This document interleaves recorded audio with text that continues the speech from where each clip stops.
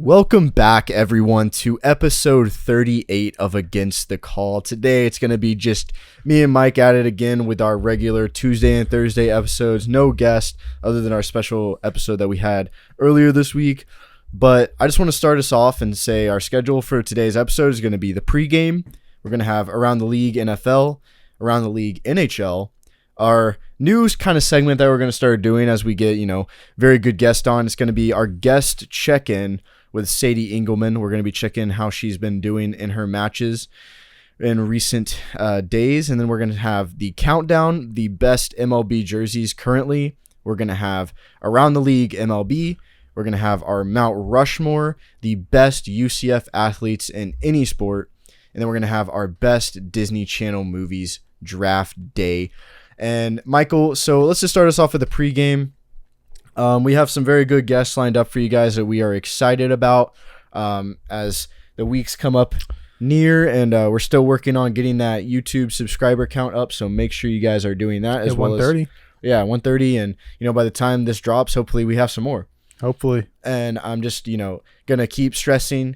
Keep following us on all of our socials. We have a link tree that gives you every single social right there. And on top of that, make sure you guys are following our OuttaPocket Sports branches, everybody that's a part of that, and yada, yada, yada. I just keep going on. Let's get to sports, Michael. Let's talk about Around the League, NFL.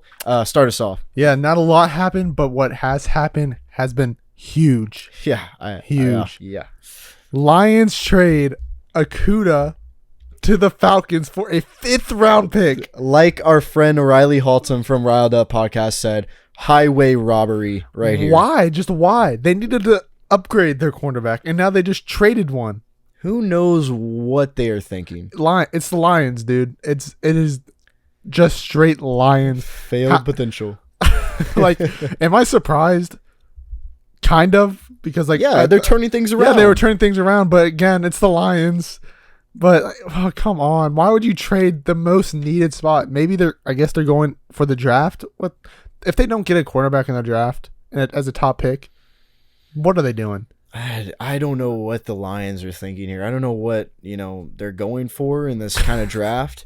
A 5th round pick is not the best pick. You could have got at least a 3rd round pick for him. Maybe a good player as well. Yeah, a 3rd with a player, and then even if you're going just pick, you can get a 2nd, just a pick.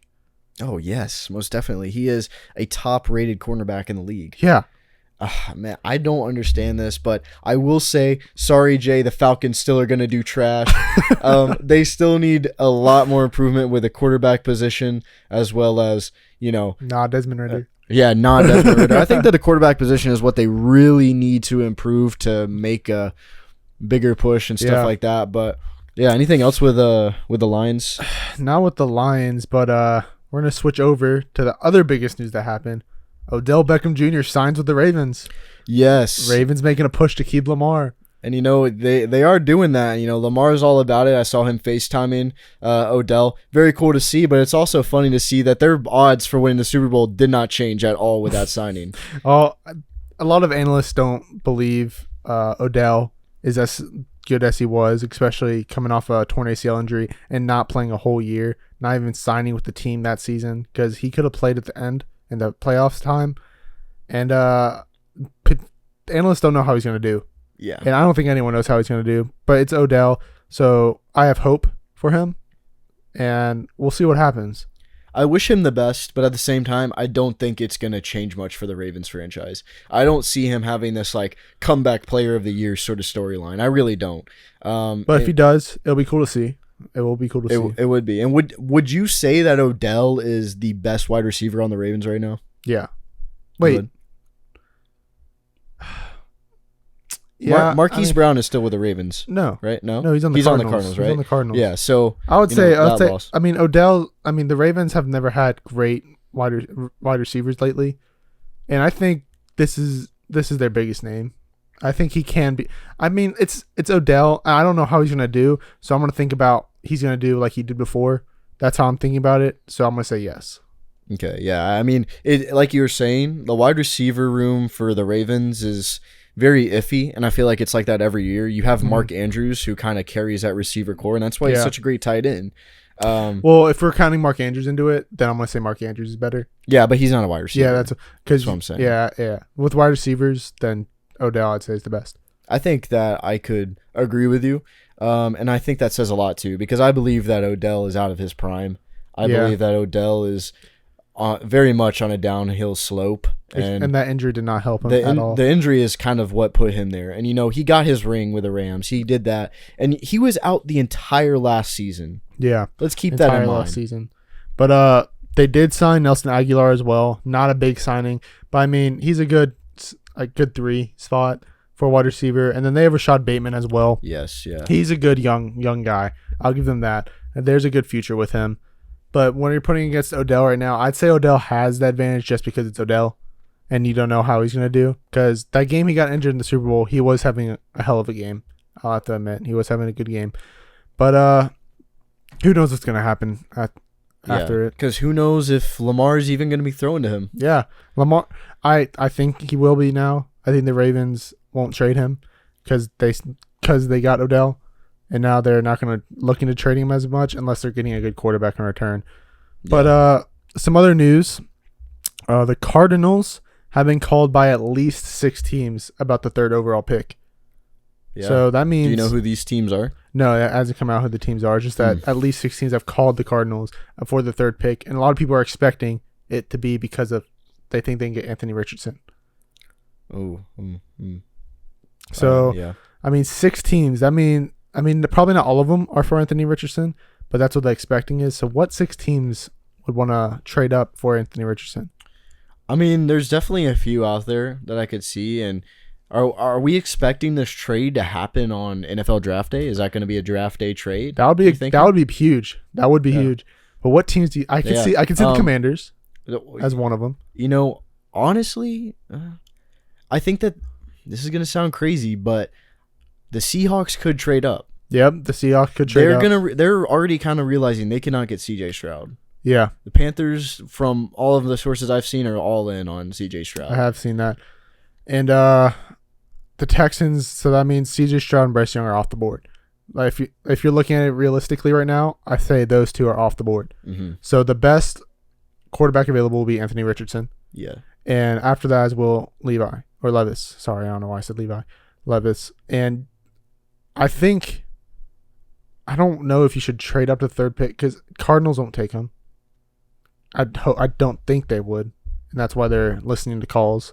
Because I mean, they have Kyler Murray. He's still a good quarterback. He just loves video games. And it could be a team that wants a good backup, good young guy that they can work on. Here, let me see the order because I don't know it off the top of my head.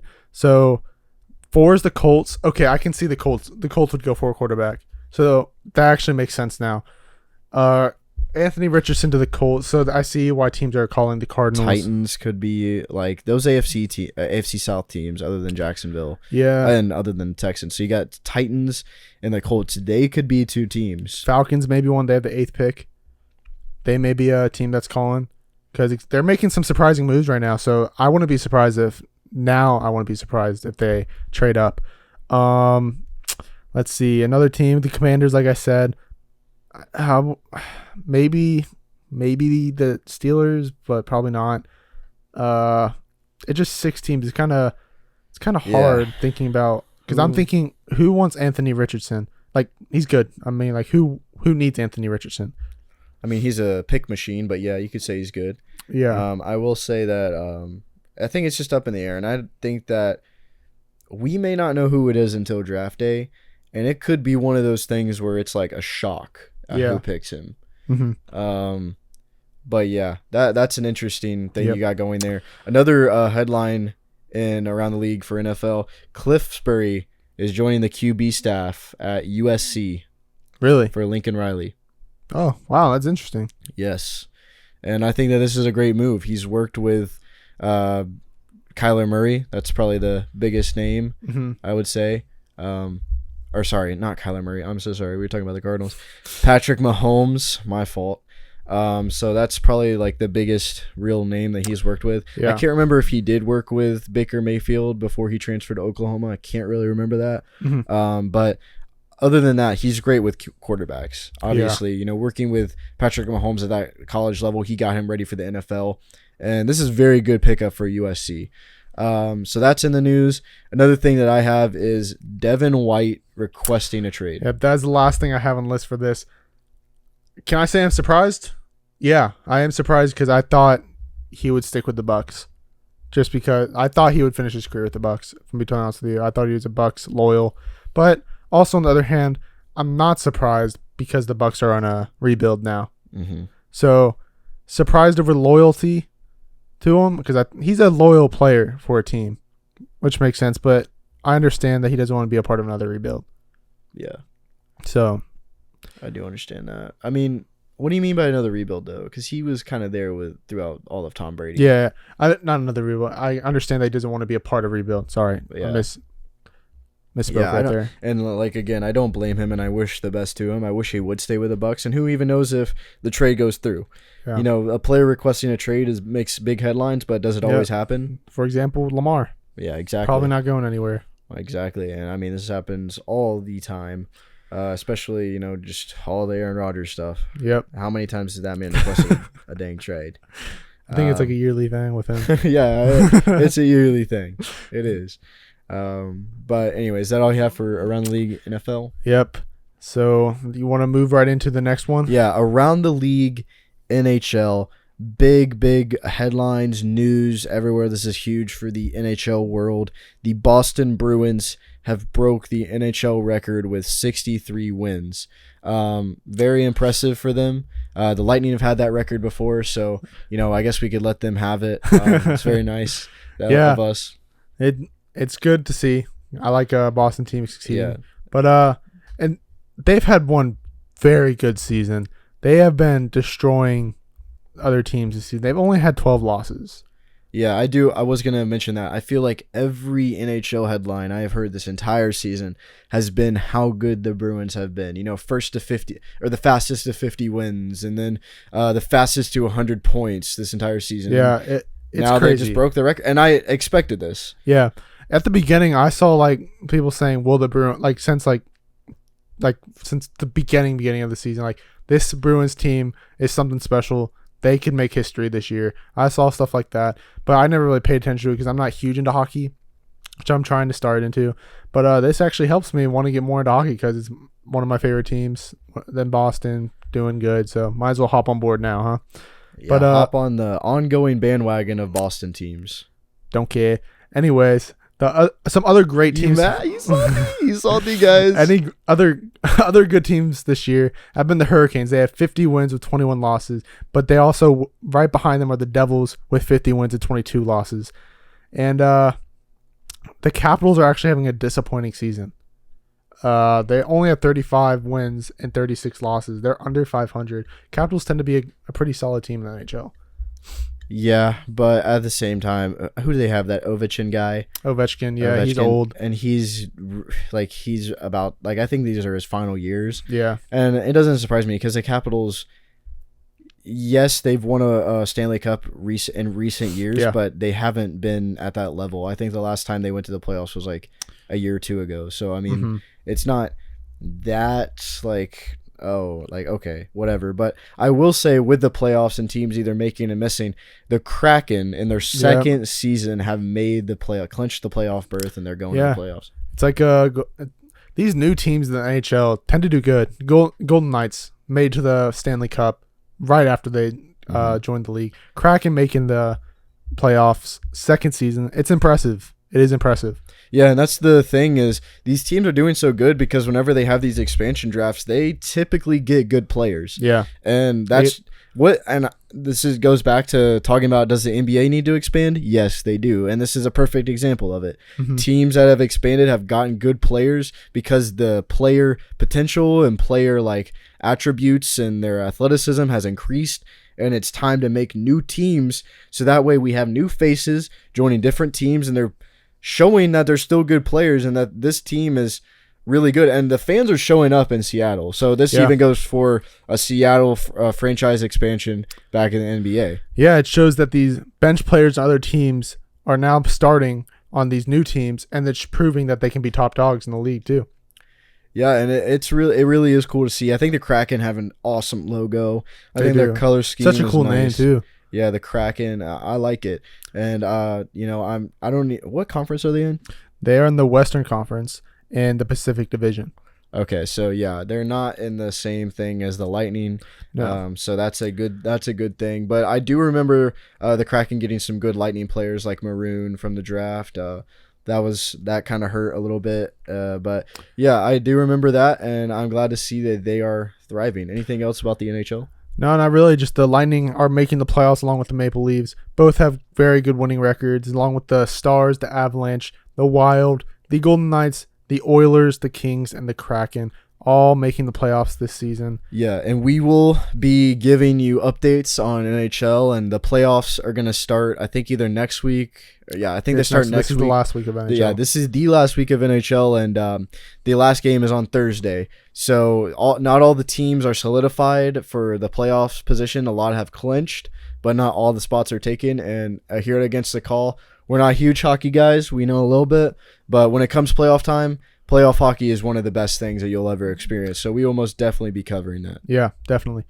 Now we're going to move on to our next segment, which is the guest check-in. Sadie Englemann. Nick, take it away. Yeah, so Sadie Englemann, amazing guest we've got to have on. And I like this new segment. We're going to be checking in on how some of our guests have been doing, just so we can show you, hey, we have good guests on, by the way. And they're killing it. So one of the things was she has been competing in the Silicon Valley Showcase.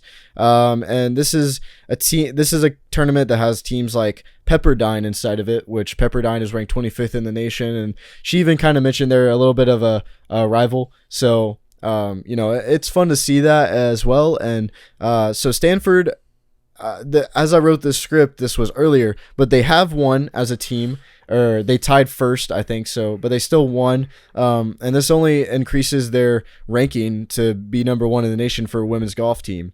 And then Sadie Englemann, at the time I wrote this throughout round 2, I believe, she was tied for first with Pepperdine's Kalia Romero at 3 under.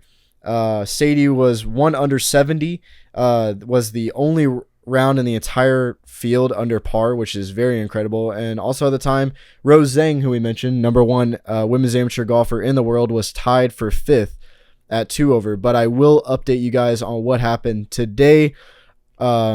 So pretty much Sadie's teammate was able to win it all. Kelly Zhu, with a 2 over, actually won. I'm trying to fix this picture here, but sorry, Kelly Zhu did not win it all. That was my fault. I read it wrong.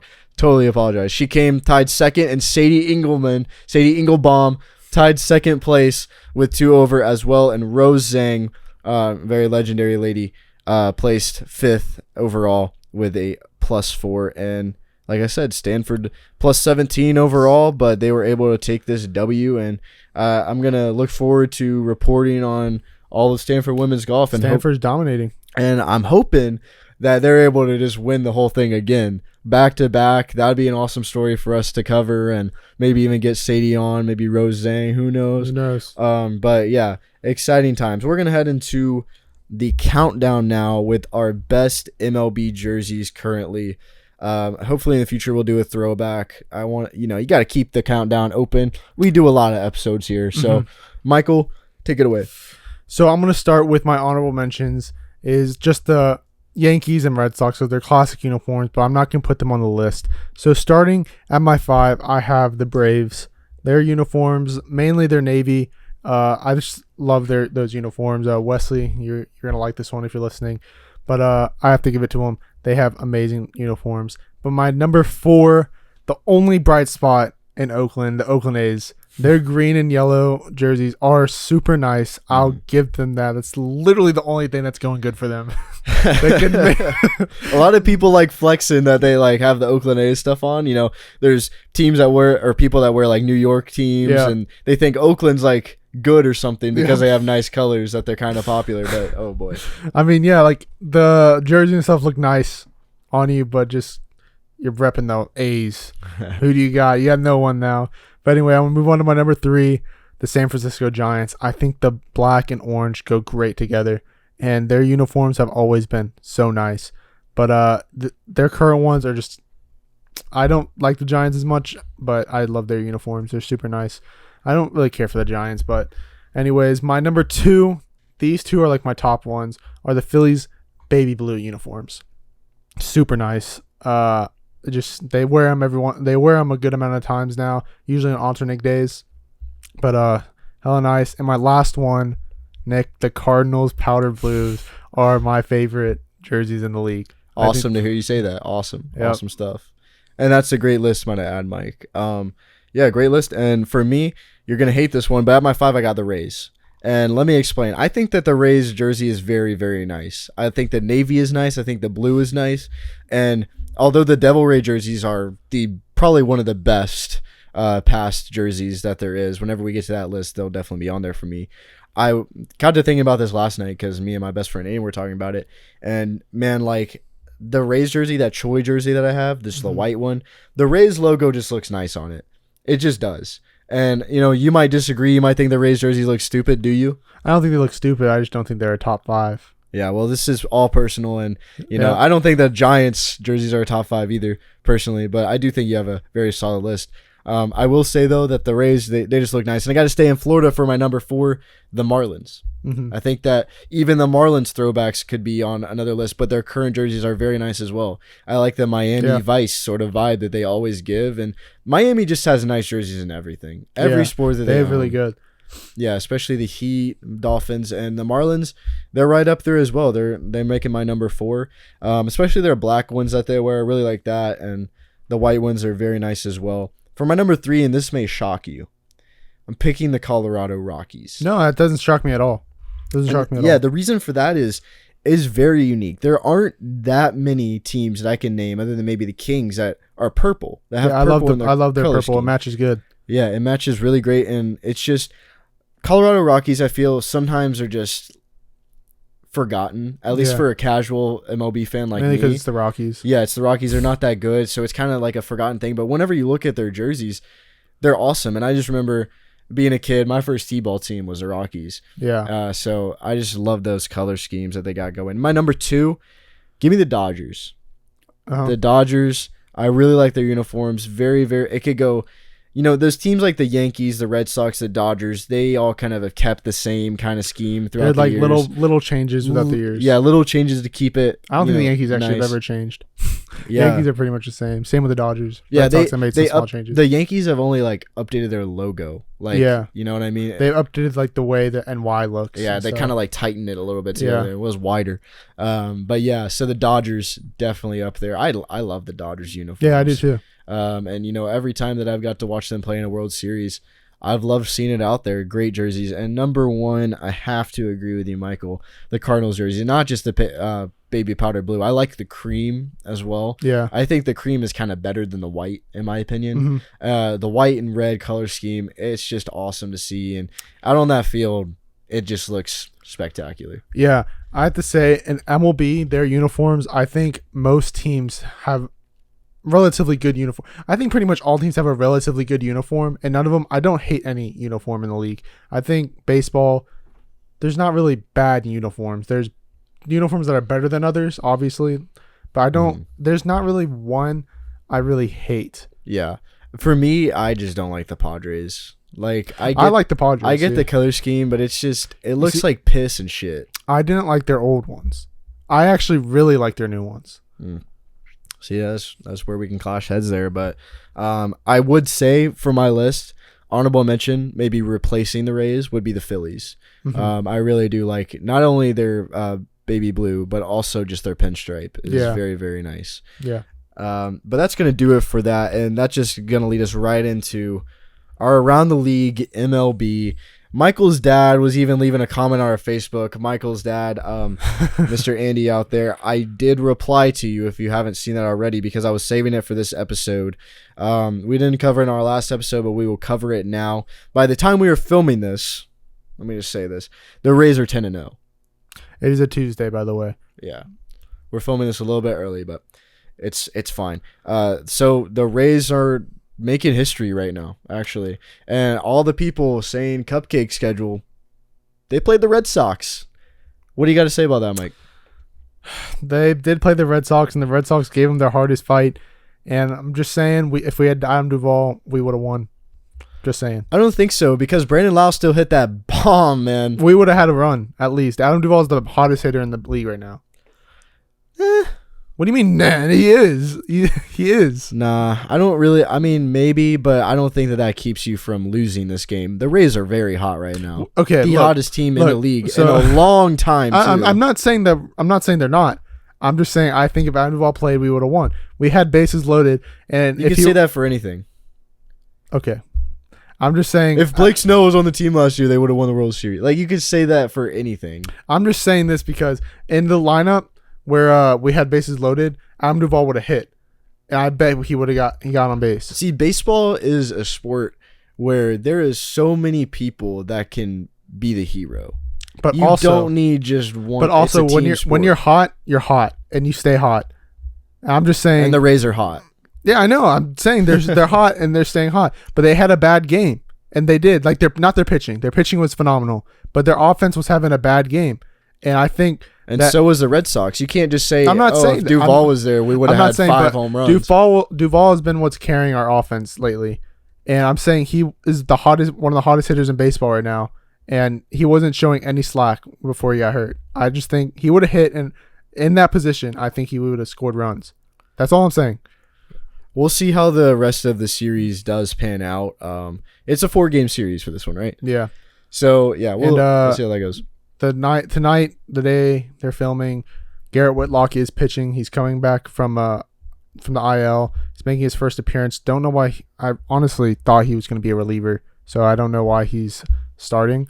But he is a good starter as well. He's a good reliever and starter, but I thought they were going to use him as a reliever. But anyways, some other news that happened. Per usual, Tim Anderson is back on the IL from the White Sox, one of the best shortstops in the league, on a left knee sprain, back on the IL. This is one of the biggest things that's happening right now. O'Neal Cruz suffers a fractured ankle in a collision at home plate, and the field was stormed. Have you seen the video? No, I have not. So actually. the catcher got a ball, and he's obviously covering home plate like his catcher does, and then there's a collision, and O'Neal fractured his ankle. And O'Neal Cruz is the bright spot on the Pirates right now. Mm-hmm. It's their best player. So obviously the bench is cleared. I don't think it was a valid reason, but I have to say teammates are going to protect their team, especially the best players. So, now I know what you're talking about. Yeah. So teammates are going to obviously protect their teammates. So it's bad. I feel bad for the guy. He started off good, and he's their best player. He was their bright spot. Now the Pirates are like every year. Yeah, but on the bright side, another thing about the Pirates, they're on their opening day. This is a little bit old, but PNC Park was sold out for the opening game in the McCutcheon return. It's pretty cool to see. It is cool to see. Yeah, I mean, that's very, very cool to see for the Pirates. I love hearing that for sure. And, the Pirates are one of those, we're kind of talking about, team jerseys and everything like that. Besides that, I think that their logo is cool. I do. I like their black and yellow, their black main uniforms. Mm-hmm. I think those are super nice. Yeah, and I really do wish that in the future I could see like a Pirates in the playoffs. I think that'd be really cool. They have an awesome name. I love Pirates. I mean, that's just awesome. And but yeah, other than that, with the MLB, I will say that the Cardinals are like dog shit right now. I don't know what's happening with them, honestly. But they'll pick it up. Yeah, Jordan Walker is actually killing it so far, and he's having a phenomenal like rookie start, and we'll see what happens there. Let's hope that the Cardinals pick it up and the Rays keep rolling. But the next thing after that is going to be our Mount Rushmore, the best UCF athletes in any sport. Yep. And I did clarify it with Mike. This is only at UCF. Their professional career does not matter. And we've touched on this before in the past, but come on, guys. I got a little jealous because I didn't get to participate in it. I was doing Tennessee. So this is a little bit different, but Michael, give us your Mount Rushmore, the best UCF athletes. Yeah, so with my first one, I am saying the baseball player Justin Pope. He is a UCF all-time leader with 32 wins and 335 strikeouts and ranked second all-time with 49 starts.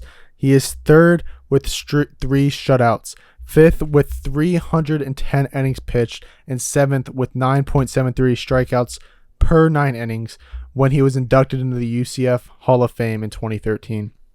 He was a phenomenal baseball player for the team. And my next one I have on here is let me find him. Jermaine Taylor.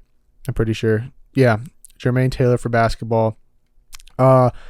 He was the the Conference USA Player of the Year honors in his final season at UCF in 2009, as he was selected to the All-Conference USA First Team, the NABC All-District First Team, and the USBWA All-District Team. He averaged 26 points, with the third best in the nation, and set a Conference USA single-season record with 466 total points and 29.1 points per game average against conference opponents. He was one hell of a basketball player for UCF. It was... Oh, yeah. Yeah. And then my next one I have on here is Dante Culpepper. Culpepper is a UCF all-time leader in passing yards with 11,412 rushing yards by a QB with 1,020, a total offense with 12,459 yards, and he was responsible for 108 career touchdowns with the team. So Dante Culpepper, for me, it's got to be on there. I mean, there's a lot of football players I could have on here, but I wanted to put two separate. Like, I have two football players, and my last one is obvious, Mr. Mackenzie Milton, a GOAT at UCF, a legend. He led the team to their first undefeated season in 2017, going 13-0. He finished in the top 10s in Heisman voting in 2017 in 8th place, and in 2017 in 8th place, and 2018 in 6th place, which tied Dante Culpepper's 1998 for the highest finish by a night. Milton thrown for 8,683 passing yards in 3 seasons. Fourth in school history, his current pass efficiency rating is a 152.3, ranks second all-time at UCF, and he has 12 300-yard passing games, which ranks third in the program history with 2 400 passing games, which is tied also for third. That's my list. Very, very, very good list. And there's a lot of great athletes that have came from UCF. My honorable mentions, I will start with Asante Samuel. Yep. As an honorable mention for me. Another honorable mention, Taco Fall. I think that he brought the hype.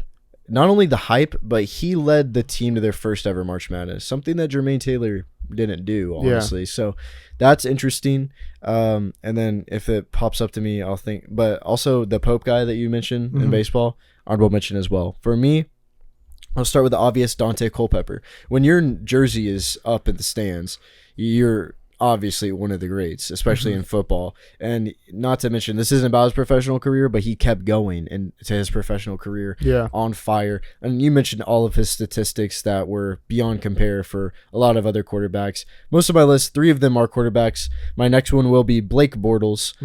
Blake Bortles, obviously, he was one of those guys that got them that bowl win that we so desperately love to hang on to, because it shows that we are an elite team in the AAC, and that's what got us to the Big 12. Yeah, Blake Bortles was a big part of that, and Blake Bortles is just an all-time fan favorite. Maybe one day his jersey will hang in the rafters as well at UCF. I can see it. And then on top of that, one guy that most definitely should get his jersey retired, but he's still very young, Mackenzie Milton. He's just amazing. And like you said, perfect season with him. And the Heisman thing, I totally forgot about that. And that just adds to everything that he did. And the best thing about him being a UCF athlete is even when he left for Florida State, everyone still had his back. Yep, everyone was hoping for the best with him. Exactly. And that injury was devastating, but he did what he had to do. Whenever you're coming off an injury like that, you know that you're probably not going to get a lot of starting time, especially with who we had behind him. It was best that he did make that step to FSU, and we respect him for that. And he was in my opinion, and this is biased because I have been around, I would put him over Dante Culpepper just for the sole fact that Dante Culpepper took UCF from a poverty franchise and made them big. Yeah. But Mackenzie Milton, I feel like, took it one step further and took us out of the AAC and took us to the Big 12. I think that he plays a huge part in that. He definitely does. And that's going to do it for – oh, sorry, my last one. Yeah, that's my last one. UCF pitcher Colton Gordon. I mean, he was – a great in baseball. And obviously this is most definitely biased, but I got to put him on there. He's been on our show, and one of the greatest UCF athletes of all time, Colton Gordon. Don't blame you. I don't blame you at all. Anyways, that's going to wrap it up for the Mount Rushmore best UCF athletes at any sport during their time at UCF. But we're going to head right into our last segment, which is Draft Day, best Disney Channel movies, like Disney Channel original movies. Yes. So, and one thing I want to say before we start this, I was kind of devastated to know this, and I didn't really think about it. Sky High is not a Disney original movie. What? Yeah, it was made by Disney, like itself, and it wasn't made by Disney Channel. Dude, I saw that on the Disney Channel all the time. Yeah, I know. That's what I saw it on as well. Shoot, dog. Yeah, because I was like, dude, this is going late round. I could grab this. No, I would have grabbed that early. I'm not gonna lie. I looked it up, and also I looked up a website of all of them, and I was like, yeah, it's not there. Wait. Okay, so one of my picks, if you don't pick them for me, we're gonna see if we have to throw a flag on it. But anyway, we did the wheel of names right before this. Again, I have the first pick. So with the first pick, I'm going with High School Musical. Obviously, man, you got to take that one, and I don't blame you for it at all. Now, obviously, all the High School Musicals are up for grab, but I will say that I'm not going to stick in that path. I'm going to go with my all-time favorite, Teen Beach Movie. That's your all-time favorite? Yes. Oh, wow. Yeah. The first one is the best. Best music, the best, just very good-looking people in it as well. So, obviously, that was cool for me as a kid. And then, it's the music for me, honestly. Yeah. For my next pick, I'm going with one of my, honestly, up debatable for my favorite, Camp Rock. Yeah, very good. I'm going to hit you right back with Lemonade Mouth. Okay. I can see that. Lemonade Mouth. All right, for my next pick, I'm going to go with... There's actually a good amount. I'm going to go... Okay, this is the one, if we can throw a flag on it. Because it is a Disney movie, but I'm not positive if it's original. Holes. Yeah, that's not a Disney. That's not a Disney Channel original. That was just made by Disney. Oh, I thought it was. Damn it. Yeah. Then give me... Oh, this is a movie I saw, The Minutemen. Yeah. Very, very, very solid movie. I'm gonna just, before it gets taken off the board, High School Musical 2. Okay. I think that it perfectly goes with High School Musicals. The first one's the best. Second one is better than the third, in my opinion. Yeah. I mean, it goes downhill throughout the times, obviously. Yeah. All right. So for my next pick, I am going to go with Halloween Town. Yeah, I had that on my list. I was not expecting you to pick it, man. That was actually one of my favorite series. It was. Dude, I kind of thought it was like creepy. I did too. When I was growing up, I thought that was a pretty creepy movie, but it's good. It's like it got me into Halloween. It really did, dude. Yeah. Those what was it called? Disney Channel, like Hollow. Oh my god. Monstober. That's what it was. And then so it was good. That was good times. Whenever I was making this list, I was getting definitely very nostalgic. Yeah. I'm not gonna lie.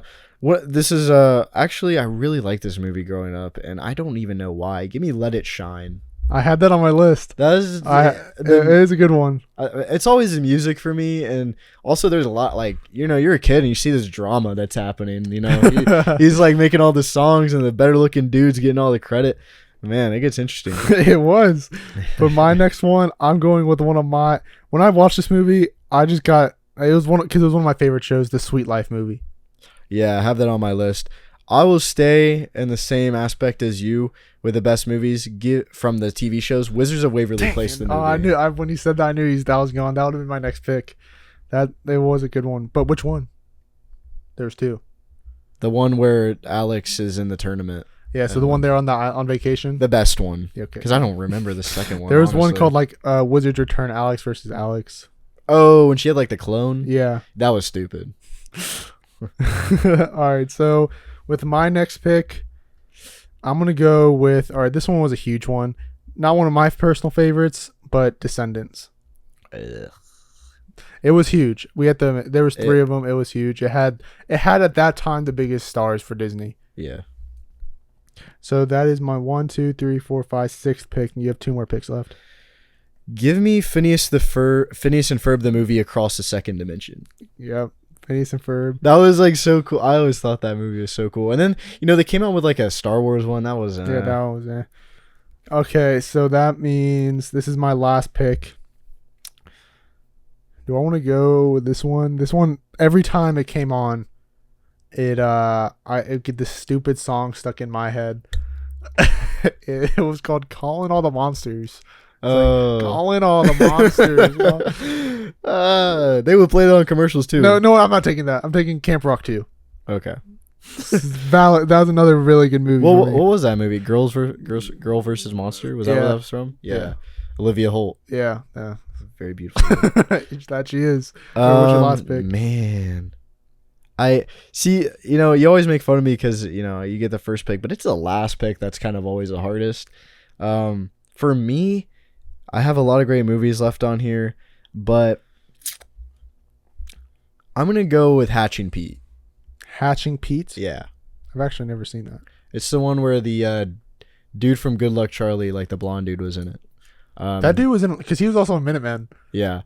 He played, like, Hatching Pete was like the mascot at the school. Oh, Yeah. I do know that one. That Yeah. is a good one. Hatching Pete. Yeah, man. And a few of the other ones that we didn't get to mention: Princess Protection Program. Yeah, I had that on mine. Den Brother. Uh-huh. Another one that I had was Radio Rebel. I don't know why I didn't pick that one, actually. I did have that one as well. Also, sticking with Debbie Ryan, 16 Wishes. Yeah, that was actually a really good one as well. Yeah. I also had obviously Girl versus Monster on my list. That I literally had because that song would be stuck in my head all the time. I don't know why. Then I also had Frenemies was one. Yeah. Wendy Wu, Homecoming Warrior. I saw that and I was like, I vaguely remember. Yeah, I remember it wasn't one of my favorites, but it was on a lot when I was little. And then I had the Good Luck Charlie movie. Yeah, Good Luck Charlie, It's Christmas. Yeah. Yeah, I had that. And then one of the last ones I didn't get to mention was Starstruck. Yep. Disney Channel had some great movies, but nothing matches what they used to have. Nah, and it's gone downhill. Whenever you're making 3 Descendants movies, come on now. Yeah, it was bad. I didn't really like the first one was mid. The second 2 were terrible. I didn't even watch the third one, but I looked at reviews like when it came out. I haven't seen any of them. Oh, I watched the first one, and then because it was on during Monstober. It's about like she's Maleficent's daughter or something. Yeah, I think I remember like Jafar's kids in it. Yeah. And Cameron Boyce, R.I.P. He was in it. Yeah, that was like big. But great draft day. Did you go over the teams? Oh, yeah, teams. Almost forgot. All right, so Team Mike consists of High School Musical, Camp Rock, The Minutemen, Halloween Town, Sweet Life Movie, Descendants, and Camp Rock 2. Team Nick consists of Teen Beach Movie, Lemonade Mouth, High School Musical 2, Let It Shine, Wizards of Waverly Place the movie, Phineas and Ferb, like into the second dimension, right? Yeah. And then Hatching Pete. Let us know in the comments who you think won this draft. I think this is the most even one since the last one. I think that all of them are all the time pretty even. We went Disney this week, guys. Disney week at ATC, I guess. But yeah, that's going to wrap it up for the draft day. Let's head into the post game. If you guys couldn't tell, there's not a whole lot going on in sports as of right now. When the NBA playoffs start picking up, obviously tonight is the first play-in game, so we'll be able to cover that next week. As well as the NHL playoffs starting. Yeah, so things are just now picking up. This week has been a little dull, but we're still going to be consistent with you guys, staying up on that Tuesday and Thursday episodes. And also, we got to drop a special episode for you guys with Leo Rodriguez. Very fun one. If you may not have noticed already, we're in the same clothes for that one. This was filmed on the same day. But yeah, we want to have a little bit of a day off here, get some schoolwork done. We are college students. And on top of that, guys, make sure that you guys are using our code ATC at SeatGeek for $20 off your first purchase. And, if you're kind of trying to listen to a lot of Leo Rodriguez's, interviews and his press conferences and all that stuff, and you're feeling a little tired, use our code against the call at www.w.gg for 10% off any of the purchases that you make. Yep. Definitely hit that up. It's a great brand. We really support them for all that they do for us. And then on top of that, make sure you guys are following all of our OuttaPocket Sports branches and all the podcasts that we have to offer. Jay's Fifth Down, Riled Up, Foil Hats that's been going on. And, we have more in the works. We have more that we're playing on, and there's going to be a new one this Friday called The Uppercut that's going to star Michael and one of our really good friends, Luke Stutzman, all about UFC, MMA, boxing, Jake Paul, whatever it has to offer. And yeah, Michael, what do you have to say for the post game? Yep. If you ever just need a shirt, you're going out. Oh no, I'm out of a shirt. What do we have? We have those. We have merch. We have merch for you. If you need a shirt, just here's a quick shirt to throw on. Go into class. Go into the grocery store. we have your back. Yeah, quite literally, because it's on your back. And that's the thing with the shirts. I'm not even stressing this, or I'm not even trying to stress that I'm lying about this. Very comfortable. These are very, very comfortable shirts. And for a small price of $25, please contact me or Michael in our DM or through the Against the Call social, our email. Everything is available for you to contact us. We would love to give you a shirt. And not only does it give you something awesome to wear and is very comfortable, it helps us out because we want to provide you the very best with better equipment, better merch in the future, and it just keeps going further and further with that. And that always starts with you guys giving back to us what we give to you guys, always reporting the best news, giving you the best guest, and we really support each and every one of you that listens to our podcast. And if you got this far, you're awesome. Like I can't stress that enough. Not a lot of people get through the entire episode, and quite understandably, these can be long episodes, but there's a lot to cover in the sports world. And this is going to be one of our shorter episodes just because there hasn't been that much. And that's pretty much going to do it for episode 38 of Against the Call. And we will catch you guys in the next one.